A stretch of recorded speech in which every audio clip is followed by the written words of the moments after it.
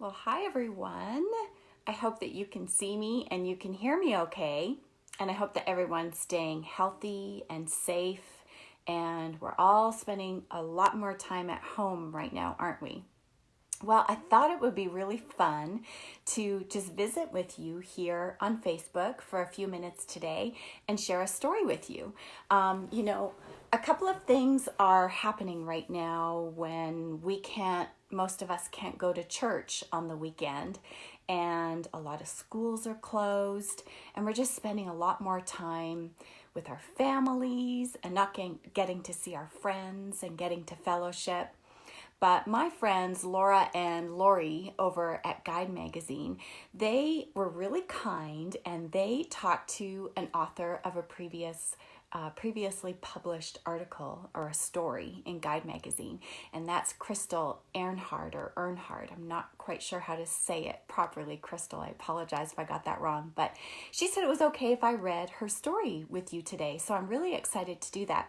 But I want to tell you about a couple of other things that you can be doing if you have a little free time on your hands too.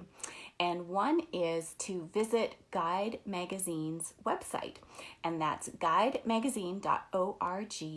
And because people are not able to go to church last weekend and this weekend, they have made Guide Magazine, which is normally distributed in churches, available online to read. So I think it's a PDF of the entire magazine that's right there on their website. So if you're used to normally getting that on the weekend and taking that home and enjoying it, you can still do that by going to the website.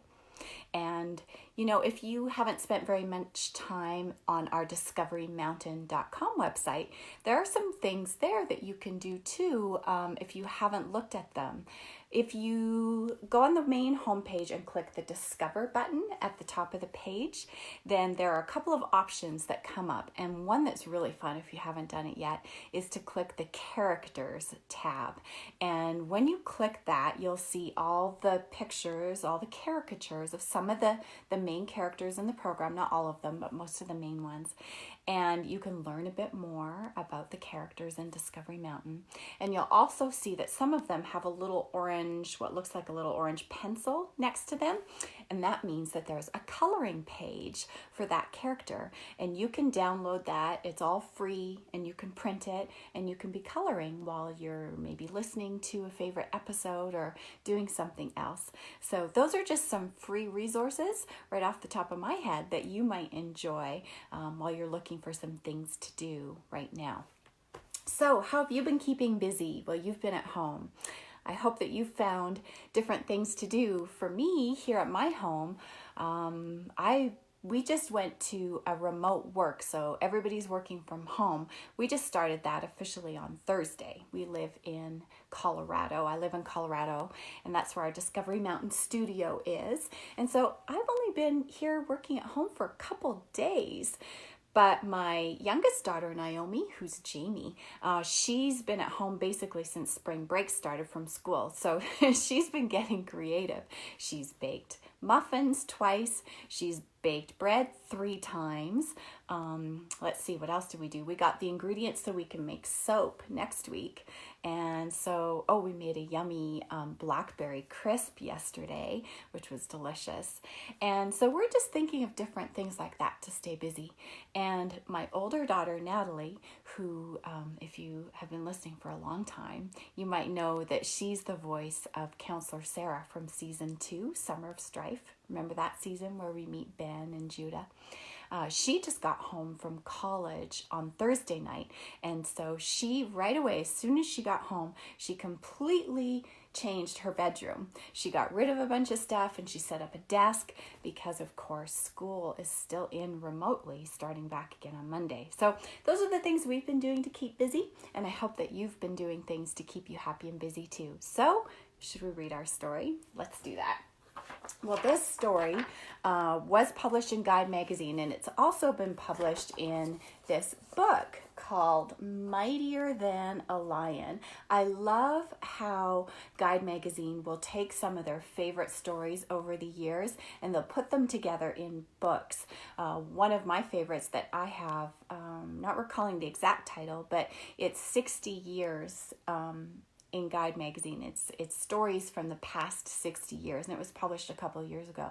It's wonderful. Of course, all the stories in Guide Magazine are true. And so the one I'm going to read to you now is called Better Than a Touchdown, and it's by Crystal Earnhardt. And this is what it looks like. There aren't any pictures inside, but this is what it looks like. So why don't we go ahead and read it.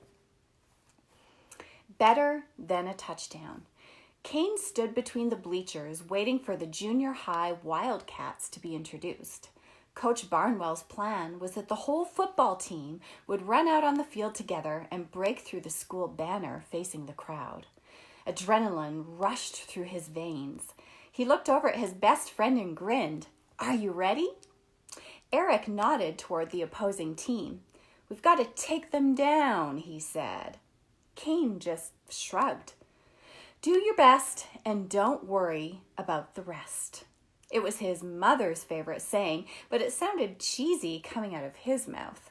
He immediately regretted repeating it. Hopefully Eric was too occupied to notice. But no, of course he had noticed. Nothing ever slipped by Eric.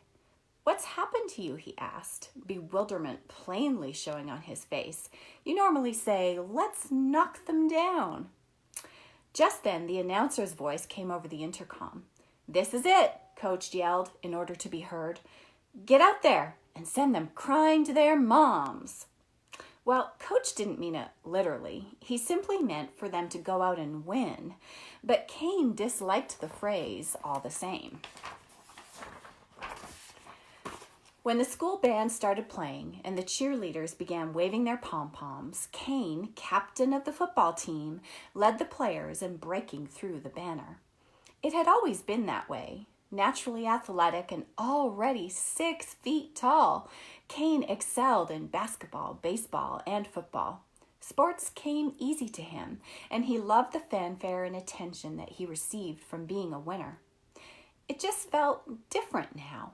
His whole life had changed since taking Bible studies with Pastor Cody. It felt good to play hard and do his best, but suddenly winning wasn't as important. Treating others fair and square, well, that meant more. Oh, Mom's rhymes kept popping up in his head, but so did Bible verses.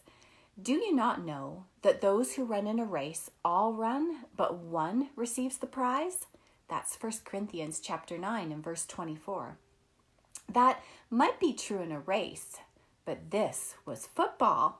When a player scored a touchdown, the whole team scored a touchdown. After all, the center snapped the ball to the quarterback could hand it to the running back or throw it to an open wide receiver, or he could run himself if he had an open lane. No one could do it all by themselves. The game began, and the clock ticked off the minutes. The minutes turned into quarters, and then, before he knew it, they were in the 4th quarter, the 4th down, and the last play. The team gathered for a huddle. "All right, you guys," Cain began. "This is our last chance. Listen here, Eric. They've been keying on me the whole game. On this play, I'm going to fake left and hand you the ball going to the right. And remember, 1 Corinthians 9:24 when you see the goal line." Well, Eric looked puzzled. "I'm not into the Bible. Better tell me what it says." "Run in such a way as to get the prize." Cain beamed, proud that he could recall the verse in the middle of a huddle. Later that night, as the team celebrated their victory with pizza, Eric cornered Cain. "Okay, buddy, what's going on with you? Why the sudden Mr. Nice Guy? And why are you quoting the Bible in the middle of a play?" Well, Cain smiled. "I was waiting for you to ask. To be honest, I have begun a series of Bible studies with my pastor. I've always believed in God, But I never realized before how practical that book can be. It's really changing my life. You're kidding, Eric exclaimed. Is this a joke? You're reading the Bible? Really? Really? It's answered a lot of questions. Eric looked doubtful. What kind of questions? Cain leaned forward. What happens when I die? Am I just going to rot in the ground? What happens to this earth once we've trashed it to the brim? Does God really love me? Man, does the Bible really cover all that? Eric looked impressed. I've always wondered what happened to my little sister when she died at birth. Can you share some of that with me? Cain smiled. Share the Bible? Yes, that would be better than a touchdown. Well, I really like this story. I really like first that it's a true story. This really happened to this young man named Cain and his friend Eric. And I really like how Cain was studying the Bible and he was learning things, and he saw how they could change his life in a very practical way, even in the middle of a huddle, in the middle of an important football game. You know, when we study the Bible, we learn all kinds of things. We learn about God. We learn about his plan for us. We learn about his big picture plan for this world. We learn that his promises are true and they're real and they can make a difference in our lives, and that he is coming back. And we can also learn things that make a difference in our practical day-to-day life, how we make decisions, how we make choices. And I just love the way that God is very real for us in the Bible and how he shares things that make a difference for us. Well, I want to say thanks again to our friends at Guide Magazine, Laura and Lori, for making it possible for me to share that story with you. I have fun doing this. I'm right here in my office, right here at home, and I'd love to meet with you again if this is something that you would like to do again. And I don't know yet if there are other Guide Magazine stories that I can share with you. Maybe there are some, but I had an idea. And if you like this idea and you want to meet again for stories, let's try it again tomorrow at the same time. It's 11 o'clock here in Colorado. I think it's, when we started, it was 11 o'clock. It was 10 o'clock if you lived on the West Coast, like in California or in Washington State. And it was 1 o'clock if you live on the East Coast, if you're in New York or you're in Maryland or you're in Georgia or anywhere east of that. So I'd love to meet with you again tomorrow. And here's my idea. So I have an old book that is a favorite, and I haven't read it for a really long time, but it's old enough that there aren't any copyright issues, and moms and dads and grandparents who are listening with me, you know what I'm talking about. So I can freely share this book with you, and it has a number of chapters. Let me just look here and see if I can see how many chapters. I think there are 8. But I thought we could read it together starting tomorrow and go for a few days since we are all at home. And this is the book. It's called Mary Jones and Her Bible. And it's just like the Guide Magazine story I just read to you. This is a true story that happened back a long time ago in the 1700s, the late 1700s. And it's the experience of a young woman named Mary Jones. And it led to some really interesting things happening historically. And her story connects to why you have your Bible today. And so if that sounds interesting to you, let's do that again tomorrow. So I will see you here again, same time, 11 o'clock Mountain Daylight Time in Colorado. It's different time where you are, but let's get together and let's read this story again tomorrow. So thanks for joining me. Stay healthy, stay safe, stay at home, but enjoy the sunshine and get out there with your family and enjoy the sunshine or enjoy the rain or enjoy even the snow if that's the weather you have at your home right now. So nice being with you. We're going to archive this. So if you're joining late and you didn't catch the whole story, in a couple of minutes, you should be able to see this right there on Facebook and you can go back and listen to the whole thing.